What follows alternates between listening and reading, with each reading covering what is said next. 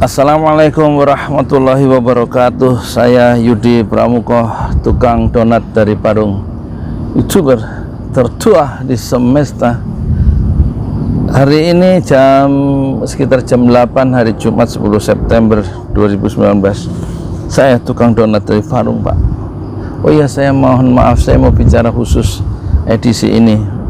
Saya mau bicara langsung ke Pak Jokowi selaku Presiden Republik Indonesia. Pak Jokowi, kenalkan saya, Pak. Saya tukang donat, Pak, dari Parung.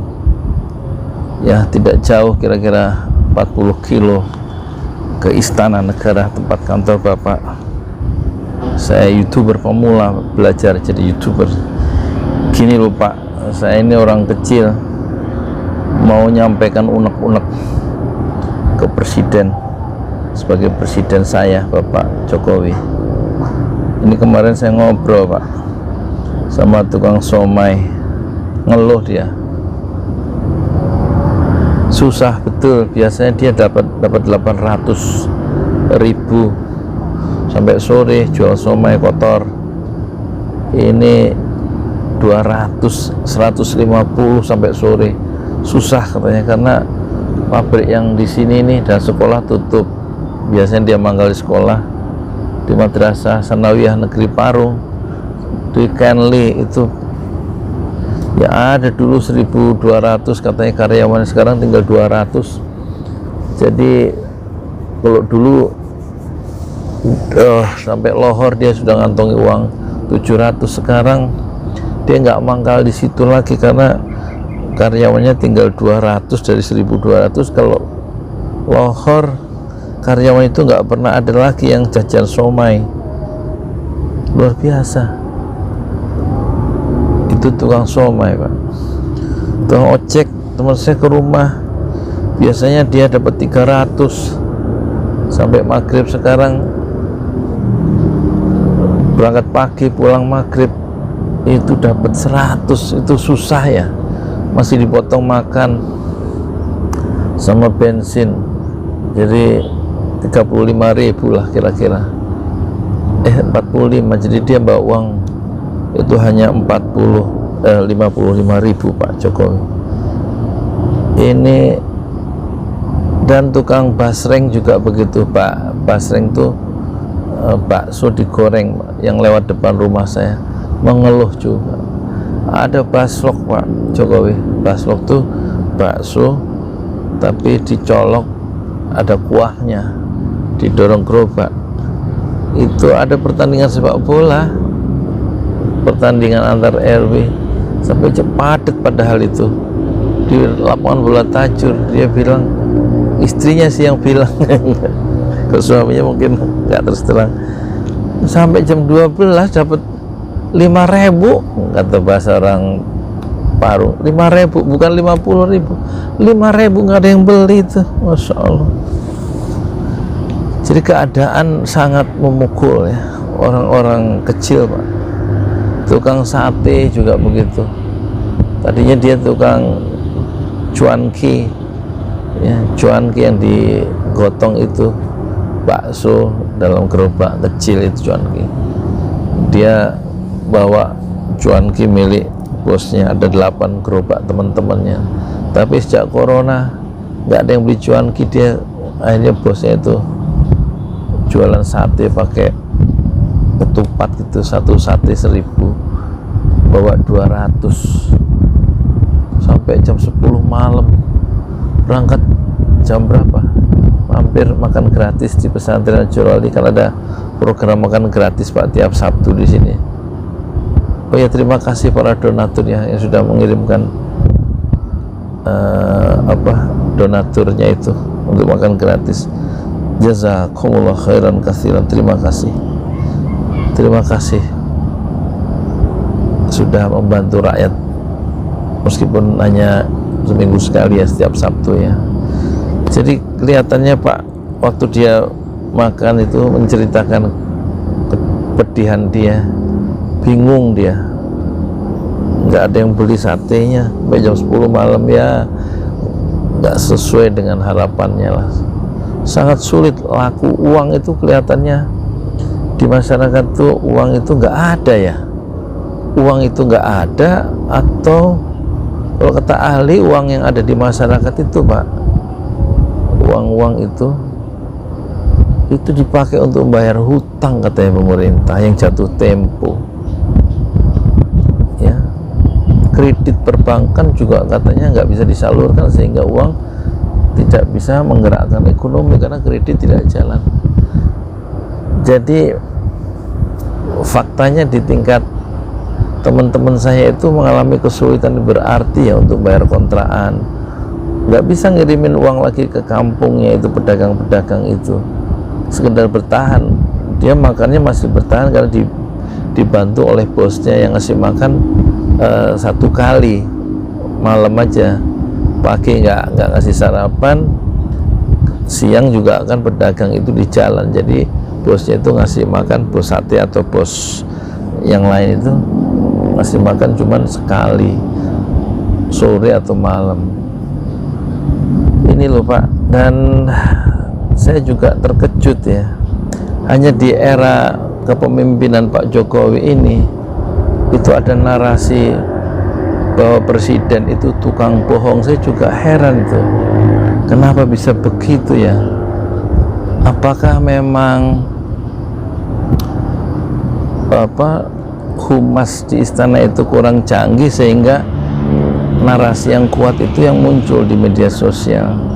Bahkan ada ini Pak Jokowi, ada ini, mohon maaf ini ya, saya hanya menyampaikan, ada majalah Sekali Bertempo itu Pak, itu kan ada gambar Bapak terus ada siluet bayangan, tetapi bayangannya itu bayangan Pinocchio yang hidungnya panjang. Aslinya kan gambar Pak Jokowi di majalah itu, tapi di balik itu ada bayangan gambar Pak Jokowi tapi tidak sesuai dengan aslinya. Digambarkan oleh desain grafis dari cover majalah Tempo yang beberapa waktu yang lalu geger itu Pinocchio, lehernya hidungnya panjang. Kan kita semua tahu Pak, Pinocchio itu kan satu cerita anak-anak yang sangat terkenal di dunia untuk mendidik anak-anak itu supaya berlaku jujur sejak kecil dengan cerita Pinocchio. Setiap Pinocchio itu berbohong, dia memanjang tuh leher, memanjang ininya, hidungnya. Semakin sering bohong, dia semakin panjang hidungnya. Itu sebenarnya kan pelajaran moral Pak untuk anak-anak Italia dan juga anak-anak di seluruh dunia tentang arti sebuah kejujuran dalam kehidupan yang harus dimiliki seorang anak di seluruh dunia, dan kejujuran itulah yang harus dibawa oleh sang anak melalui penanaman nilai-nilai itu, melalui cerita Pinocchio itu, untuk bertarung dan mengarungi kehidupan yang penuh dengan gelombang. Tapi justru sifat itu dilekatkan oleh majalah Tempo secara ini ya, secara metafor atau bagaimana, pokoknya yang menimbulkan kehebohan. Dan yang saya heran juga muncul Pak, gerakan ini dari para intelektual ya. Ada deklaratornya 152 dan saya punya bukunya, Maklumat Kami, Koalisi Aksi Menyelamatkan Indonesia. Dan saya hadir Pak di Tugu Proklamasi itu, dan saya lihat siapa yang hadir, yang membacakan teks proklamasi sebelum acara koalisi, sebelum acara deklarasi itu. Saya khusus hadir dari Parung naik kereta, turun di Cikini, terus jalan ke Tugu Proklamasi. Saya kenal daerah situ karena saya 15 tahun saya jadi wartawan, menggelandang ke sana kemari jalan kaki karena saya nggak bisa naik motor sampai sekarang. Jadi yang membaca teks proklamasi itu adalah putri dari Muhammad Hatta, sang proklamator yang patungnya ada di belakang Ibu Mutia Hatta. Teks proklamasi Mutia Hatta, dan pembukaannya itu dibacakan, pembukaan Undang-Undang Dasar kalau nggak salah ya, itu dibacakan oleh Profesor Dr. Sri Edi Suarsono di sebelah kanan Bu Mutia Hatta menghadap panggung, menghadap tenda penonton. Jadi seolah-olah ingin memberikan pesan ya, ayolah kembali ke semangat proklamasi, kembali ke undang-undang dasar gitu, acara itu. Dan saya lihat Rocky Gerung yang suka mengkritik pemerintahan Bapak itu dia datang terlambat di saat pertama, dan saya ada jongkok mengabadikan gambar itu, dan mereka berganti-ganti Pak membacakan maklumat itu dari buku yang sudah dicetak, dan saya sudah baca. Luar biasa isinya ya, hampir komprehensif ya. Semuanya memaparkan betapa meluncurnya Indonesia kita Pak hari ini menurut kaum intelektual merdeka. Di situ ada Said Didu, ada Ihsanuddin Nursi yang hadir itu ya, dan ada Syahganda. Jadi bukan orang-orang seperti saya yang hadir, orang-orang yang bisa memetakan masalah dan memiliki data, memiliki angka. Kemudian mereka tampaknya berdiskusi dan merumuskan keadaan yang mutakhir tentang Indonesia kita yang di dalam bahaya. Dan kemudian mereka mencoba melontarkan satu gerakan moral dengan mengibarkan kami koalisi aksi menyelamatkan Indonesia. Bukan gerakan politik Tuhan. Ini satu fenomena yang tidak pernah terjadi di era presiden sebelumnya. Bagaimana begitu banyak cendekiawan yang merdeka, Husnu Maria, kemudian siapa lagi ya, banyak itu.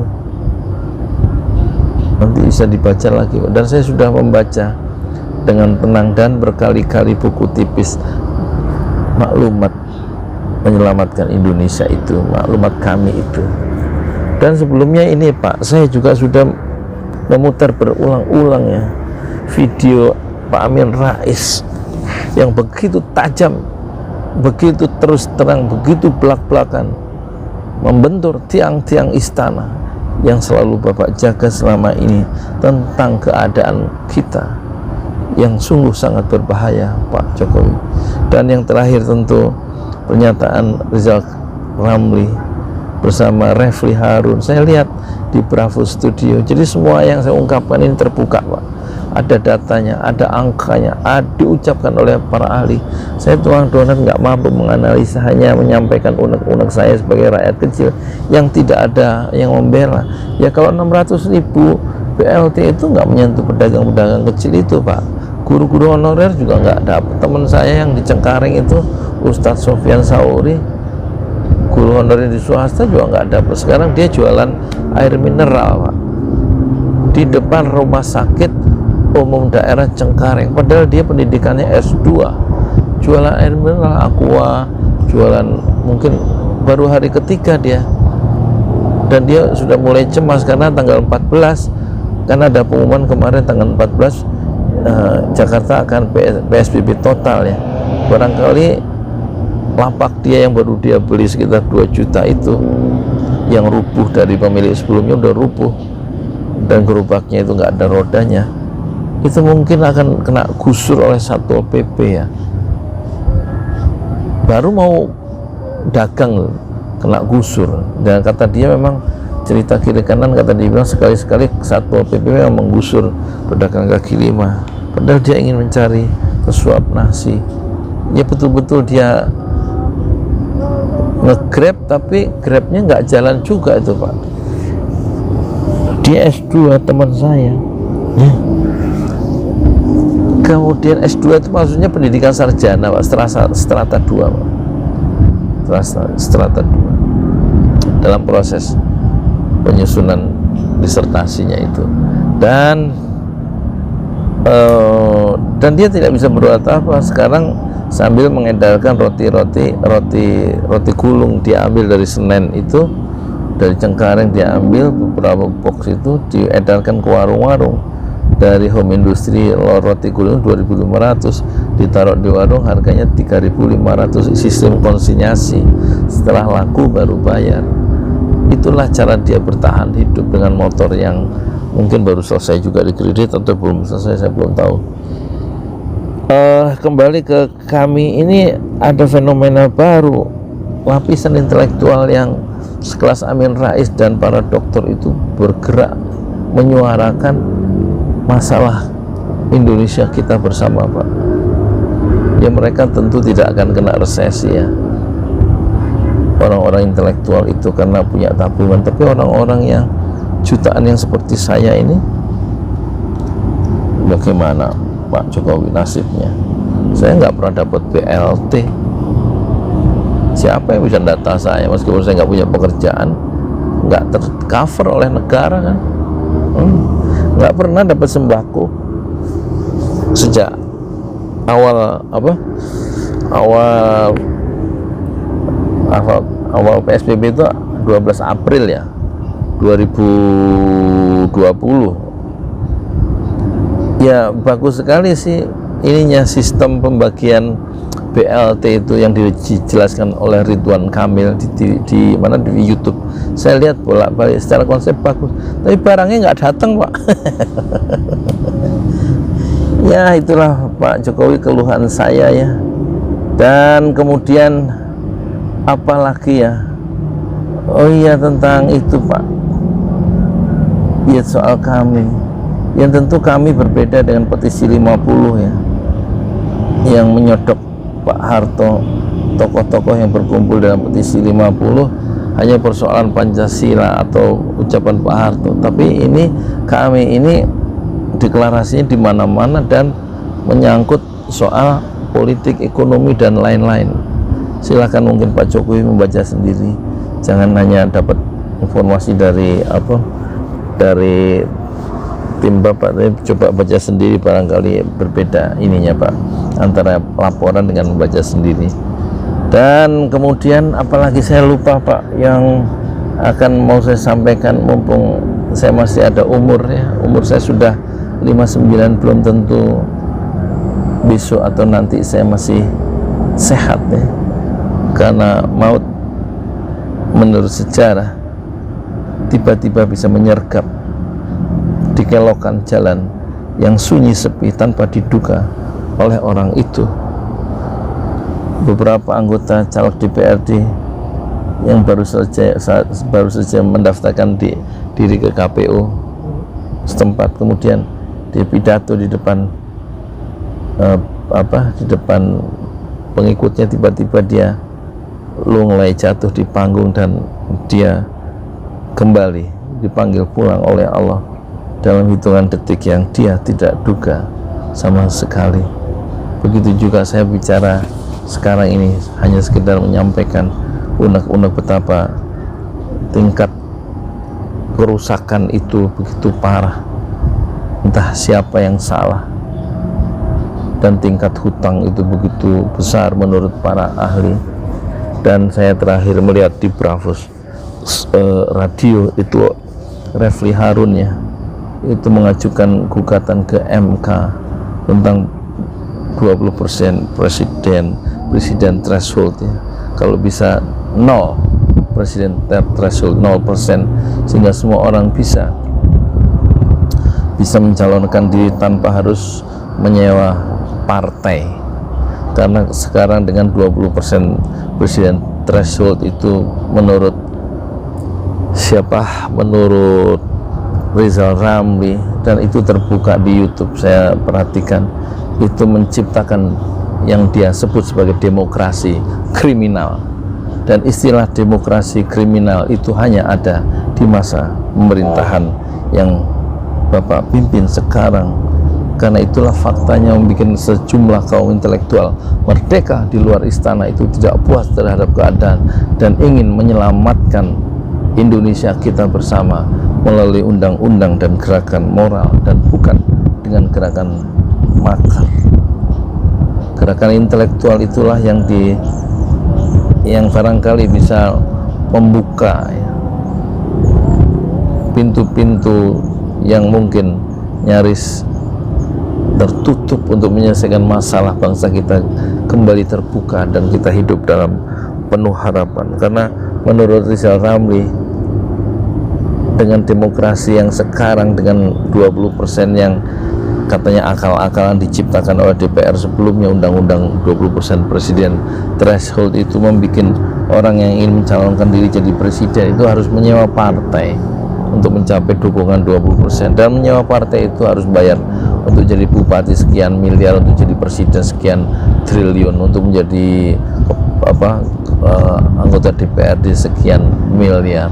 Jadi akhirnya pemimpin yang dihasilkan itu betul-betul tidak memihak rakyat, tapi memihak para cukong yang memberikan pinjaman uang kepada calon pimpinan daerah itu, ya, untuk mengembalikan hutangnya kan, dan berhutang kepada orang yang berikan pinjaman itu, gara-gara sistem yang ada yaitu 20% presiden threshold ya.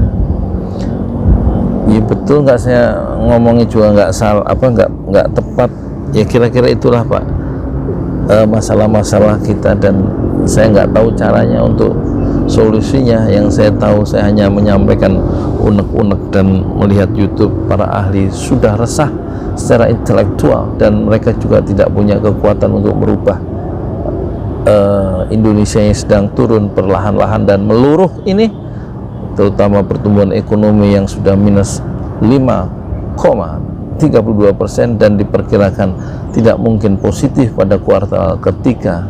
Malah Malaysia itu sudah minus 17%. Kalau hitungan kita ngikuti Malaysia, kata para ahli, sebenarnya ekonomi kita menurut BPS kemarin bukan 5,32 tapi 23% minus atau minus 25% katanya. Saya nggak ngerti juga, karena saya hanya tukang donat dari Parung YouTuber tertua di semesta. Fasbir sabron jamila, bersabarlah dengan kesabaran yang indah.